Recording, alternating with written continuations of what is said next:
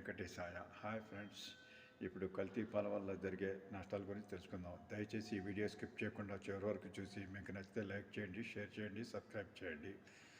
మన ఆరోగ్యానికి హానికరమైన కల్తీ పాలు మార్కెట్లో ముఖ్యంగా పండుగ సీజన్లో బాగా అమ్ముడవుతాయి. ఇటువంటి పాలలో రసాయనాలు, డిటర్జెంట్, బోరిక్ యాసిడ్ మొదలైనవి కలవడం వల్ల అవి మన జీర్ణక్రియ వ్యవస్థను దెబ్బతీస్తాయి మరియు ఫుడ్ పాయిజనింగ్ కూడా జరిగే అవకాశం ఉండదు. కాబట్టి దయచేసి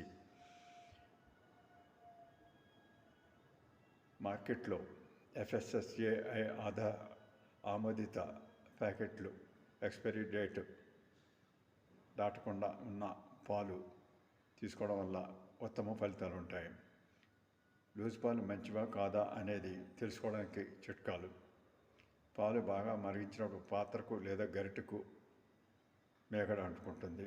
పాలు తెల్లగా ఉండి రుచికి తీపిగా ఉంటాయి.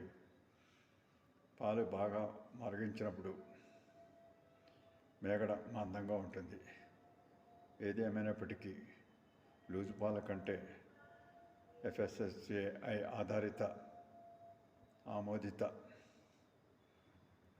ఎక్స్పైరీ డేట్ దాటని ప్యాకెట్ పాలు వాడడం అన్ని విధాల ఉత్తమం. ఓం నమో వెంకటేశాయ.